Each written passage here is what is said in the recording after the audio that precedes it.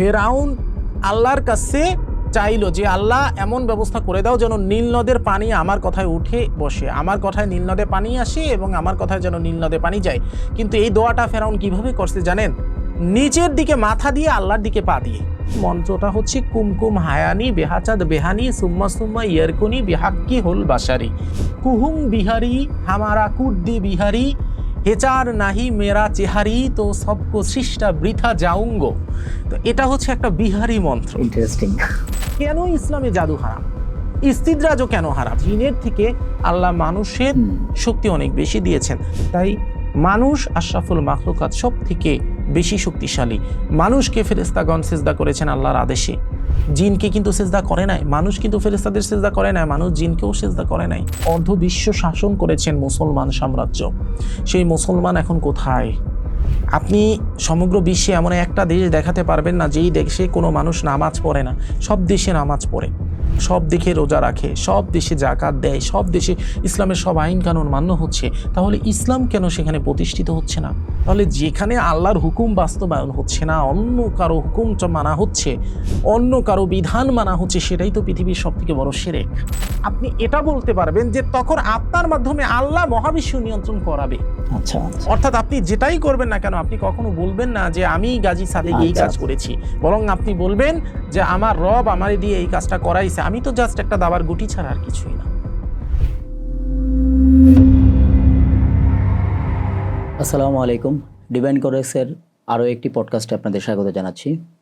আজকের আলোচ্য বিষয় ইনসানে এলাহি এবং ডাইমেনশনাল কারামত।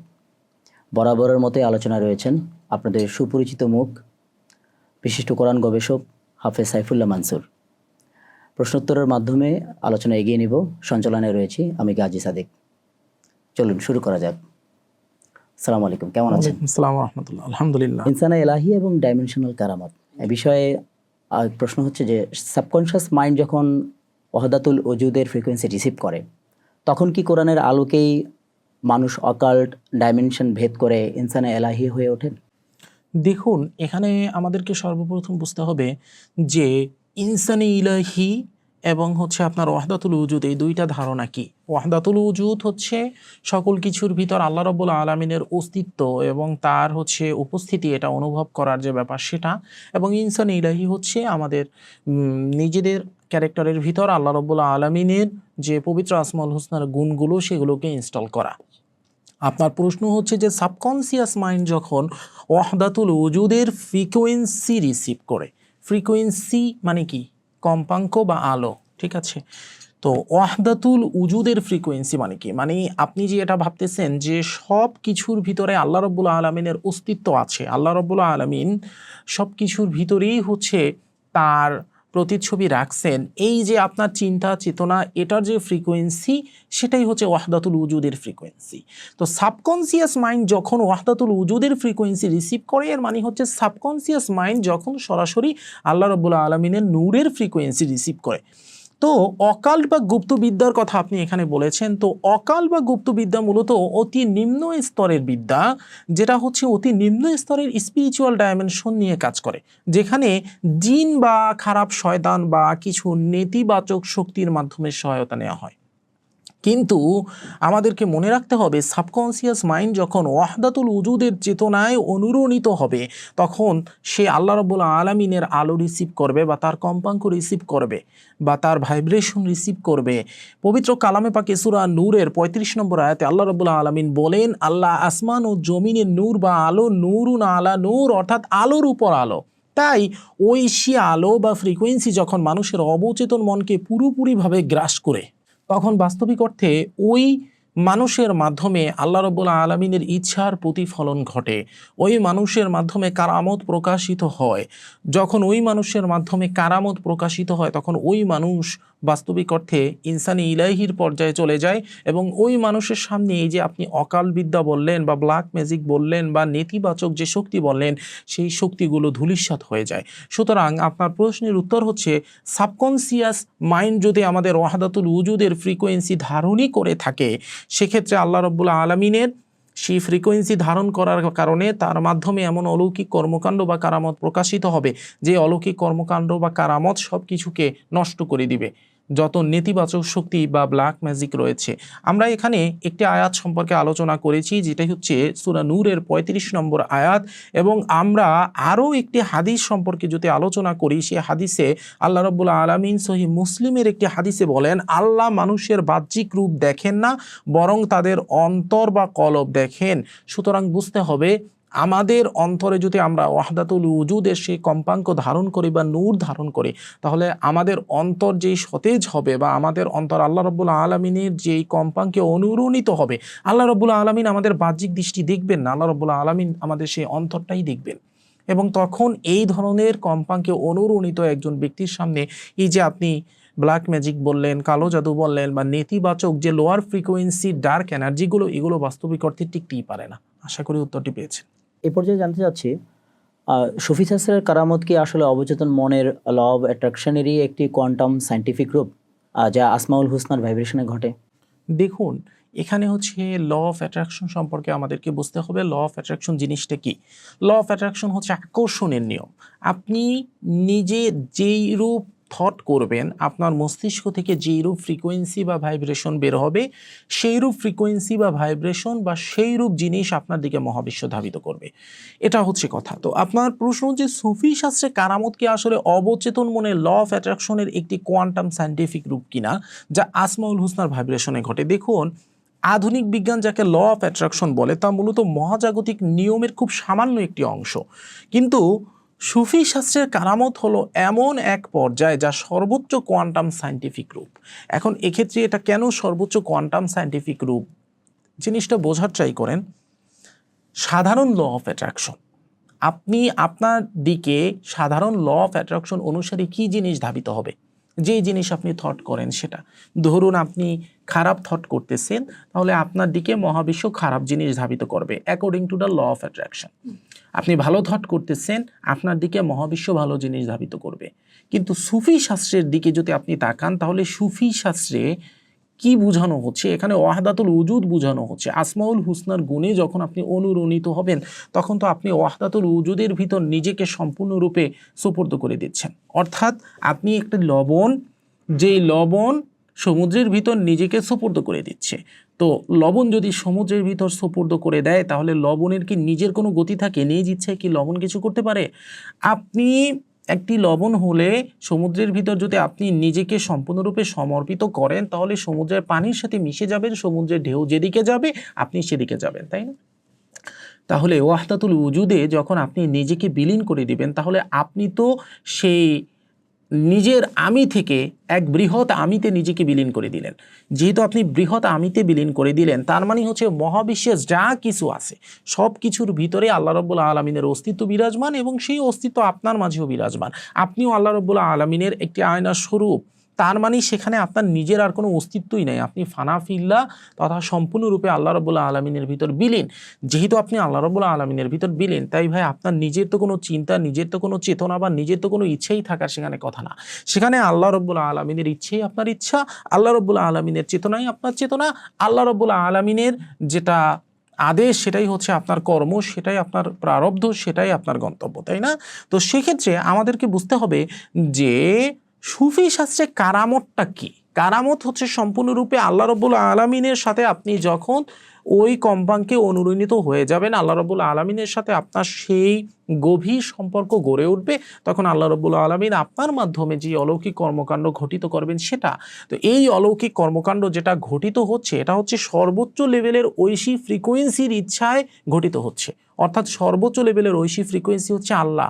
তো সে আল্লাহ তো বাস্তবিক অর্থে যেটা ঘটমান করতেছেন, সেটা তো আপনার ব্যক্তির জন্য না বা আমার জন্য না। অর্থাৎ আমার নিজ ইচ্ছার কারণে, নিজ থটের কারণে মহাবিশ্ব আমার দিকে যেই জিনিস ধাবিত করতেছেন, সেটা তো আমার একটা পার্সোনাল ম্যাটারের কারণে ধাবিত করতেছেন।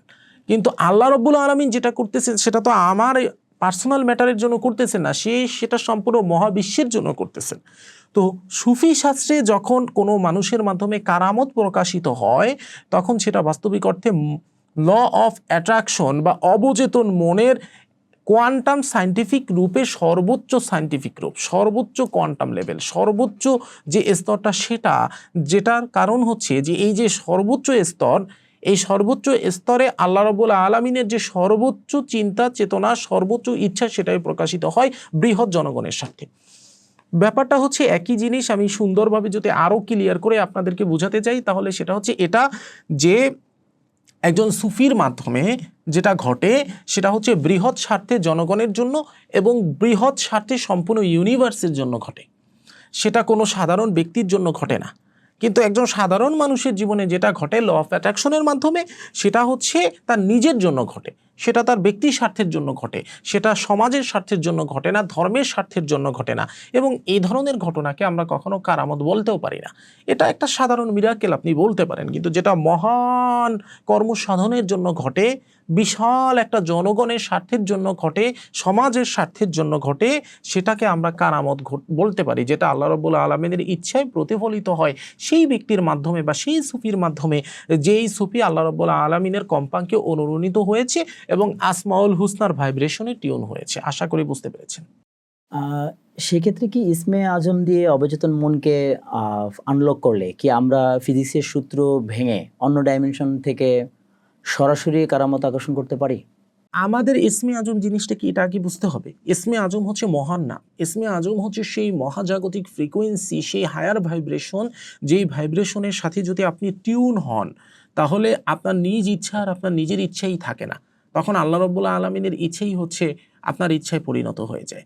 তা আপনার প্রশ্ন হচ্ছে ইসমে আজম দিয়ে অবচেতন মনকে আনলক করলে কি আমরা ফিজিক্সের সূত্র ভেঙে ডাইমেনশন থেকে সরাসরি কারামত আকর্ষণ করতে পারি? কারামত তো কোনো আকর্ষণ করার বিষয় না। এই যে প্রশ্নটা, এই প্রশ্নটাই হচ্ছে এখানে আমাদেরকে বুঝতে হবে যে কারামত কোনো আকর্ষণ করার বিষয়ই না। ভেলকিবাজি, জাদু, এটা হচ্ছে আকর্ষণ করার বিষয়। আমি 10টা মানুষকে একটু ভেলকি দেখালাম, এই ভেলকি দেখিয়ে হচ্ছে আমি মানুষের সামনে হচ্ছে খুব বড় একজন হিসাবে নিজেকে প্রকাশিত করলাম, মানুষ আমার বাহবা দিল, এটা হচ্ছে আকর্ষণ করার বিষয়। যেমন আমি যদি আপনাকে একটা মিশরীয় কারামত বা মিশরীয় একটা জাদুর একটা ছোট একটা মন্ত্র বলি, এই মন্ত্রটা হচ্ছে আপনার একটা হচ্ছে ব্ল্যাক ম্যাজিকের মন্ত্র না, এটা হচ্ছে আপনার তেলেসমাতি বিদ্যার একটা মন্ত্র, একটা অ্যারাবিক মন্ত্র। তো এই মন্ত্রটার মাধ্যমে যে ব্যক্তি এই মন্ত্রটা সাধনা করে সে তার হাতের উপর আগুন জ্বালাতে পারে, বুঝতে পারছেন, অর্থাৎ মায়ার আগুন জ্বলবে।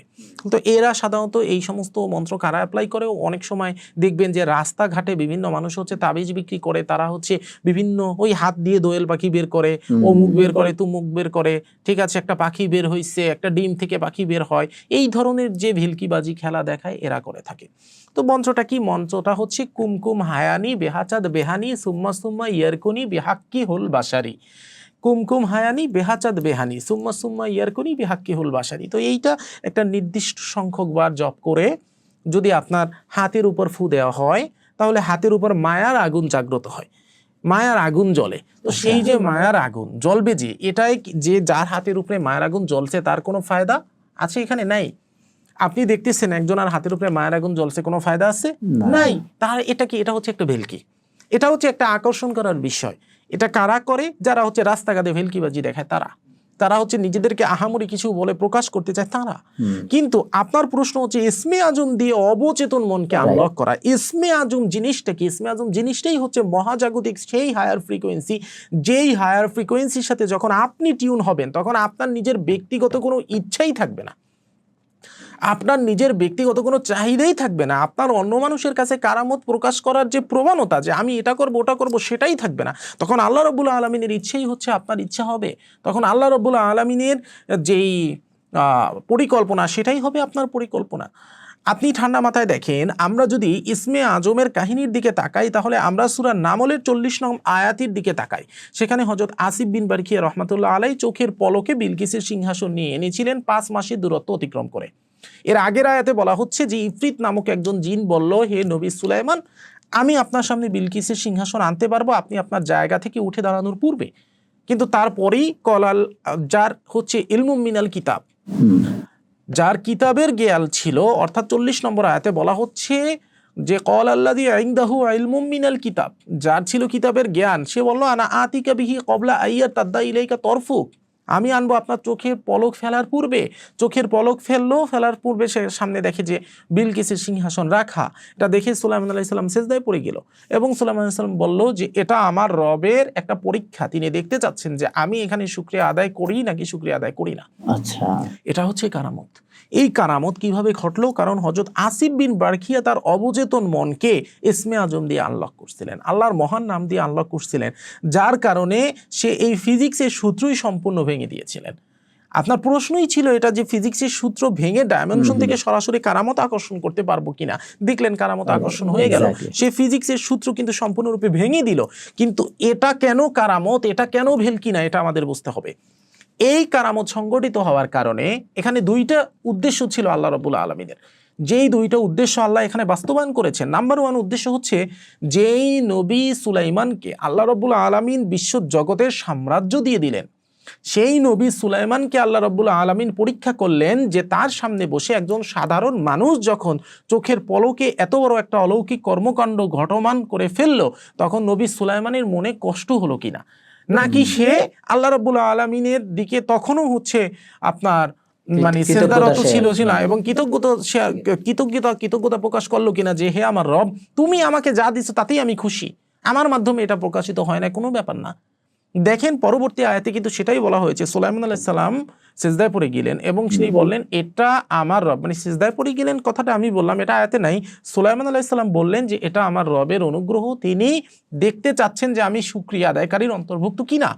তারপরের আয়াতে যদি আমরা দেখতে পাই তাহলে আমরা দেখি যে সেখানে বিলকিস যখন আসলেন তিনি তার সিংহাসন ওখানে দেখতে পেয়ে আরো অ্যাস্ট্রোনিস্ট হয়ে গেলেন এবং অ্যাট এ টাইম কিন্তু তিনি ইসলাম গ্রহণ করলেন এবং তার সাথে কিন্তু যারা সেনা ছিল তারাও ইসলাম গ্রহণ করেছে।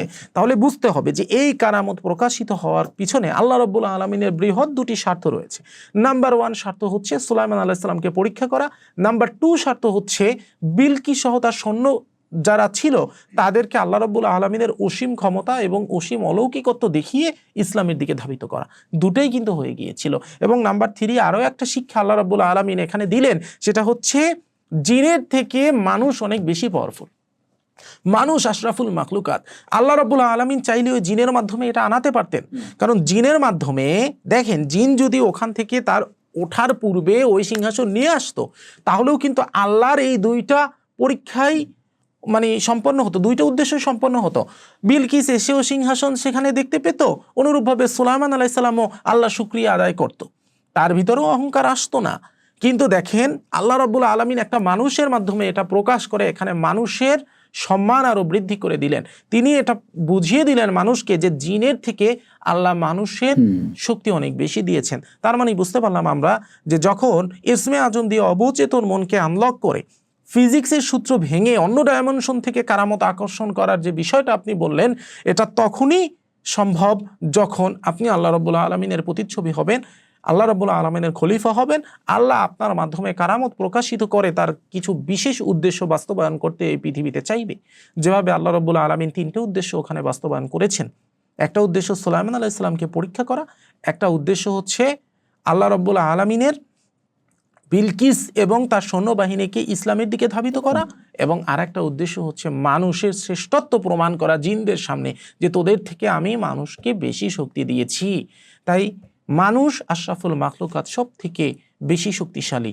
মানুষকে ফেরেশতাগণ সিজদা করেছেন আল্লাহর আদেশে, জিনকে কিন্তু সিজদা করে নাই। মানুষ কিন্তু ফেরেশতাদের সিজদা করে নাই, মানুষ জিনকেও সিজদা করে নাই। আশা করি উত্তরটি পেয়েছেন। মাশাআল্লাহ, চমৎকার আলোচনা রাখলেন। এ পর্যায়ে একটু বলবেন কি যে ইনসানে এলাহির কালব যখন ওয়াদাতুল ওজুদের দর্শনে বিলীন হয় তখন কি তার অবচেতন মন কোরআনিক ফ্রিকোয়েন্সি দিয়ে পুরো মহাবিশ্ব নিয়ন্ত্রণ করে? এখন এখানে আমাদের আগে বুঝতে হবে মহাবিশ্ব নিয়ন্ত্রণ করার যে একটা প্রবণতা, এই প্রবণতা কি আপনার ভিতরের অহংবোধকে প্রকাশ করতেছে নাকি আল্লাহ রাব্বুল আলামিনের একজন দাস হিসাবে আপনাকে প্রকাশ করতেছে? অবশ্যই আপনার অহংবোধকে, তাই না? যার ভিতর অহংকার রয়েছে তারই অন্যকে নিয়ন্ত্রণ করার প্রবণতা থাকে, তাই না? আমি আমার দেশ নিয়ন্ত্রণ করব, আমি বিশ্ব নিয়ন্ত্রণ করব, আমি মহাবিশ্বের সব থেকে শক্তিশালী ব্যক্তি হব, এটা হচ্ছে একজন মানুষের ভিতরের অহংবোধ থেকে আসা একটা বিষয়। কিন্তু এখানে আমরা কি লাগিয়েছি যে ইনসানে ইলাইহির কলব, অর্থাৎ এমন একজন ব্যক্তি যার ভিতরে আল্লাহর আসমাউল হুসনার গুণগুলো ইনস্টল হওয়া, এমন একজন ব্যক্তির কলব যখন ওয়াহদাতুল উজুদের দর্শনে বিলীন হয়, অর্থাৎ একে তার ভিতর আল্লাহ রাব্বুল আলামিনের আসমাউল হুসনাগুলো ইনস্টল করা, তারপর আবার সে ওয়াহদাতুল উজুদের দর্শনে বিলীন হওয়া, অর্থাৎ সে ফানাফিল্লাহ এবং বাকাবিল্লাহ এর স্তরে যাওয়া এমন একজন পার্সন যে সম্পূর্ণরূপে আল্লাহর দিকে ধাবিত হওয়া এবং সম্পূর্ণরূপে আল্লাহর ভিতরে বিলীন হওয়া। তাহলে সেখানে তো বাস্তবিক অর্থে তার ভাই কোনো ব্যক্তিগত ইচ্ছা বা ব্যক্তিগত চিন্তা বা ব্যক্তিগত চেতনাই থাকবে না। তাহলে তার অহংবোধ কোথা দিয়ে আসবে যে আমি মহাবিশ্ব নিয়ন্ত্রণ করব? এখন নিয়ন্ত্রণ করার বিষয় আসি, সেটা হচ্ছে রাসূল করিম সাল্লাল্লাহু আলাইহি ওয়াসাল্লামের ওফাতের পর হযরত ওমর রাদিয়াল্লাহু তাআলা আনহুর সময় এই বিশ্ব জগতের অর্ধ বিশ্ব শাসন করেছেন মুসলমান সাম্রাজ্য। সেই মুসলমান এখন কোথায়? সমগ্র মহাবিশ্বের যেদিকে আপনি তাকান, কোথাও কি আপনি মুসলমানদের সাম্রাজ্য দেখতে পাচ্ছেন? যদি সৌদি আরবের দিকেও তাকান, তাহলে সেই সৌদি আরবেও দেখতে পাবেন যে সেখানেও নামে মুসলমানের সাম্রাজ্য থাকলেও বাস্তবিক অর্থে কর্মী কিন্তু সেখানে মুসলমানদের সাম্রাজ্য নাই। তাহলে রাসূল করিম সাল্লাল্লাহু আলাইহি সাল্লাম যেই ইসলামকে প্রতিষ্ঠিত করে গিয়েছিল, অর্ধজাহানের খলিফা ওমর রাদিয়াল্লাহু তাআলা আনহু সমগ্র অর্ধজাহানে যেই ইসলাম প্রতিষ্ঠিত করে গিয়েছিল, সেটা আজকে কোথায়? আপনি সমগ্র বিশ্বে এমন একটা দেশ দেখাতে পারবেন না যেই দেশে কোনো মানুষ নামাজ পড়ে না। সব দেশে নামাজ পড়ে, সব দেশে রোজা রাখে, সব দেশে যাকাত দেয়, সব দেশে ইসলামের সব আইন কানুন মান্য হচ্ছে। তাহলে ইসলাম কেন সেখানে প্রতিষ্ঠিত হচ্ছে না? আল্লাহ পবিত্র কালামে পাকে বলতেছেন, ইনিল হুকমু ইল্লা লিল্লাহ, সৃষ্টি যার হুকুম তার। সৃষ্টি আল্লাহর হুকুম কেবলমাত্র আল্লাহর চলবে, এছাড়া আর কারো চলবে না। তাহলে যেখানে আল্লাহর হুকুম বাস্তবায়ন হচ্ছে না, অন্য কারো হুকুম মানা হচ্ছে, অন্য কারো বিধান মানা হচ্ছে, সেটাই তো পৃথিবীর সব থেকে বড় শিরক। আর সেই শিরকের ভিতর নিমজ্জিত থেকে আমরা চিন্তা করি যে আমরা নিজেরা মহাবিশ্ব শাসন করব, আমরা নিজেরা আসমাউল হুসনার ফ্রিকোয়েন্সিতে টিউন হয়ে, ওয়াহদাতুল উজুদের ফ্রিকোয়েন্সিতে টিউন হয়ে আমরা মহাবিশ্ব নিয়ন্ত্রণ করব। এটা বাস্তবিক অর্থে একটা আকাশকুসুম বিড়ম্বনা ছাড়া আর কিছুই না। এর কারণটা আমি আপনাকে সুন্দরভাবে ব্যাখ্যা করি। দেখুন, ব্যাপারটা হচ্ছে যে ওয়াহদাতুল উজুদের স্তরে যখন ইনসানে ইলাহি কোনো ব্যক্তি ইনসানে ইলাহিতে নিজেকে ইনসানে ইলাহিতে টিউন করার পর সে যখন ওয়াহদাতুল উজুদে নিজেকে টিউন করবে বা ওয়াহদাতুল উজুদের সাথে নিজেকে মিলিয়ে ফেলবে, তখন তিনি স্রষ্টার নিয়ন্ত্রণের একটা নিখুঁত মাধ্যম বা চ্যানেলে পরিণত হবে। যেভাবে হযরত ওমর রাদিয়াল্লাহু তাআলা আনহু একটা নিখুঁত মাধ্যম বা চ্যানেলে পরিণত হয়েছিলেন। আল্লাহ বলতেছেন, ইন্নী জাইলুন ফিল আরদি খলিফা ক্বালু আতাজালু ফিহা মান ইউফসিদু ফিহা ওয়া ইয়াসফিকুদ দিমা। অর্থাৎ আমি জমিনে আমার খলিফা নিযুক্ত করতে যাচ্ছি। বলতেছে যে তুমি কি আবার তাদের পাঠাবা জমিনে যারা সেখানে রক্তপাত করবে, যারা সেখানে ফিতনা ফাসাদ করবে, অথচ আমরাই তো তোমার তাসবিহ পাঠের জন্য এনাফ। ফেরেশতারা বলতেছে, আল্লাহ রাব্বুল আলামিন খলিফা মানে কি? প্রতিনিধি। ধরুন আমি আমার ঘরে বা আমার বাসায় এবার যেতে পারতেছি না যে কোনো একটা কারণে, তাহলে আমি কি করব? আমি আমার একটা প্রতিনিধি সেখানে পাঠিয়ে বলবো তুমি এখানে যাও, এখানে গিয়ে আমার কর্মগুলো সম্পাদন করে আসো, তাই না? এখন প্রতিনিধি সেখানে গিয়ে যদি আমাকে ভুলে তার নিজের অহং এবং অহমিকাকে সেখানে বিস্তার করার প্রচেষ্টা করে, নিজে সব কিছুকে নিয়ন্ত্রণ করার প্রচেষ্টা করে, তাহলে সে কি আর আমার প্রতিনিধি হবে? হবে না। অনুরূপভাবে আল্লাহ রাব্বুল আলামিন আপনাকে আমাকে খলিফা স্বরূপ পাঠিয়েছেন। তো আমাদের দায়িত্ব হচ্ছে আমাদের ব্যক্তিগত জীবনে, সামাজিক জীবনে, পারিবারিক জীবনে এবং সম্পূর্ণ রাষ্ট্রীয় জীবনে এবং সম্পূর্ণ বিশ্বে আল্লাহ রাব্বুল আলামিনের আদেশ বাস্তবায়ন করা।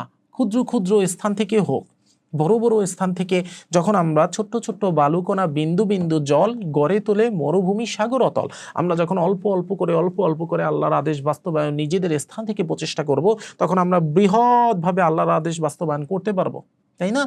তো এখন কথা হচ্ছে যে ইনসানি ইলাহিতে যিনি নিজেকে টিউন করা, সে কখনো নিজ অহংকার থেকে মহাবিশ্ব নিয়ন্ত্রণ করে না, বরং তিনি স্রষ্টার নিয়ন্ত্রণের একটা নিখুঁত মাধ্যম বা চ্যানেলে পরিণত হয়।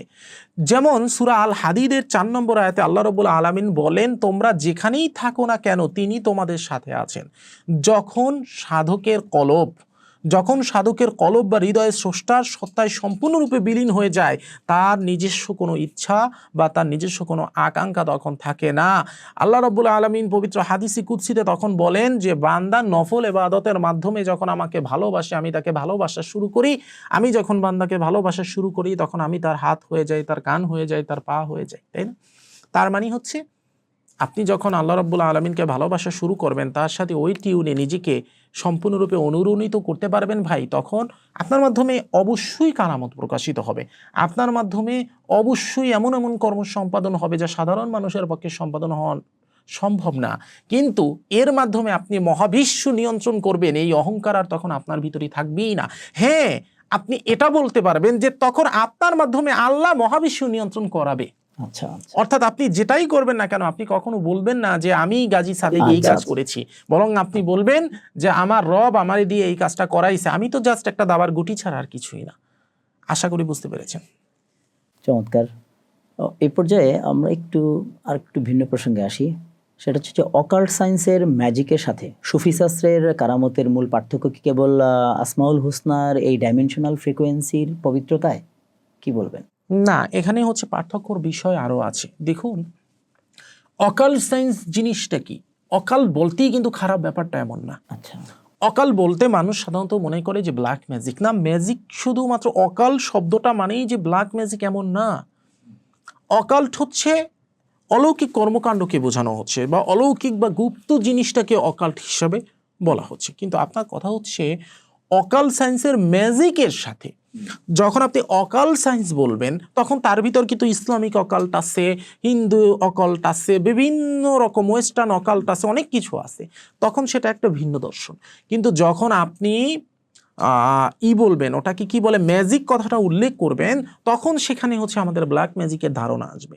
দেখুন, আমরা আগেই বলেছি যে অকাল্ট বা ব্ল্যাক ম্যাজিক, অকাল সায়েন্সে ব্ল্যাক ম্যাজিক যে বিষয়টা, এই ব্ল্যাক ম্যাজিক বলতে বাস্তবিক অর্থে খুব লোয়ার ফ্রিকোয়েন্সি বা যে লোয়ার ডাইমেনশনের যে ডার্ক এনার্জিগুলো, যেমন জিন, শয়তান, এদেরকে আকর্ষণ করে যে কোনো কর্ম সম্পাদন করাকে বোঝানো হয়। এখন পবিত্র কালামে পাকে সূরা বাকারার 1 নং পারার 15 নং সাফা প্রথম আয়াত অনুসারে অত্তাবাউ মা তাতলু শায়াতিনু আলা মুলকি সুলাইমান ওমা কাফারা সুলাইমান ওয়ালাকিন্না শায়াতিন কাফারু ইউআল্লিমুনা নাস আস-সিহর ওমা উনজিলা আলাল মালাকাইনি বিবাবিলা হারুত ওয়া মারুত। এই আয়াতে স্পষ্টভাবে বলা হচ্ছে যে তারা সেই বিদ্যার চর্চা করত যেই বিদ্যা বাস্তবিক অর্থে কোনো উপকারই করতে পারতো না। অপকার ছাড়া তারা স্বামী স্ত্রীর মাঝে বিচ্ছেদ ঘটাতো, তারা অন্য মানুষের ক্ষতি সাধন করত, কিন্তু তারা কোনো কিছুই করতে পারতো না যতক্ষণ না আল্লাহ রাব্বুল আলামিনের আদেশ হচ্ছে বা আল্লাহর ইচ্ছা সেখানে থাকছে।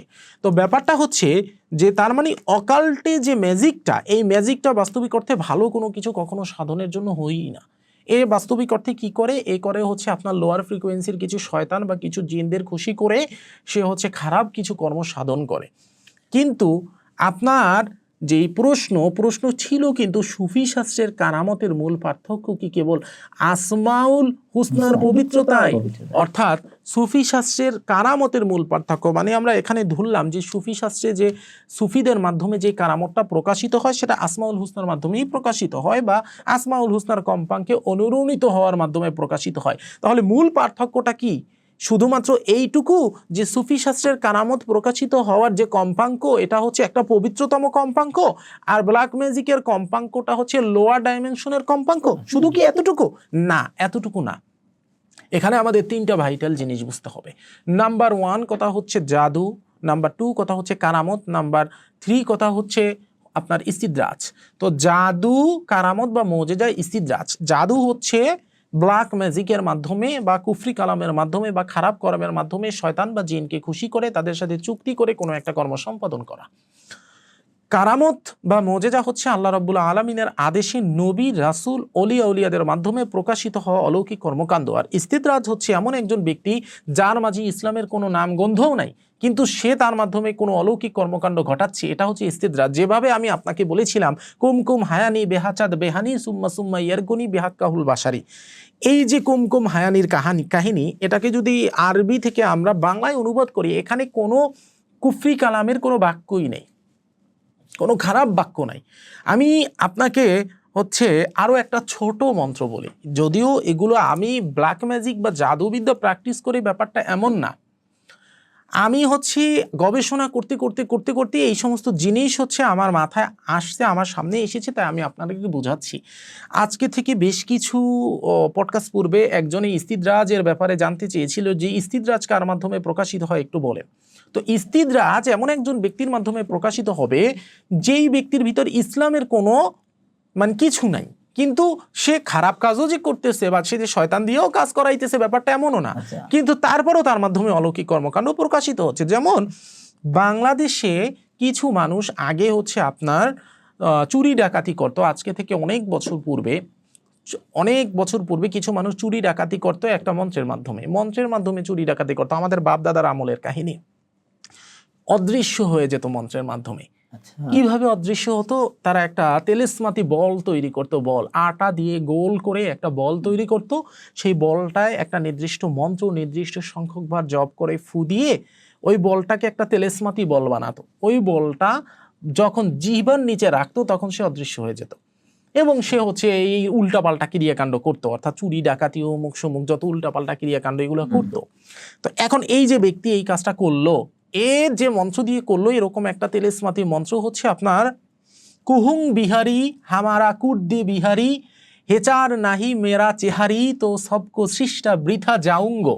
তো এটা হচ্ছে একটা বিহারি মন্ত্র। ইন্টারেস্টিং। বিহারি মন্ত্র হচ্ছে যারা হচ্ছে আপনার ওই বিহারি টাইপের মানুষ আছে না, তারা হচ্ছে এই মন্ত্রটা ইউজ করতো।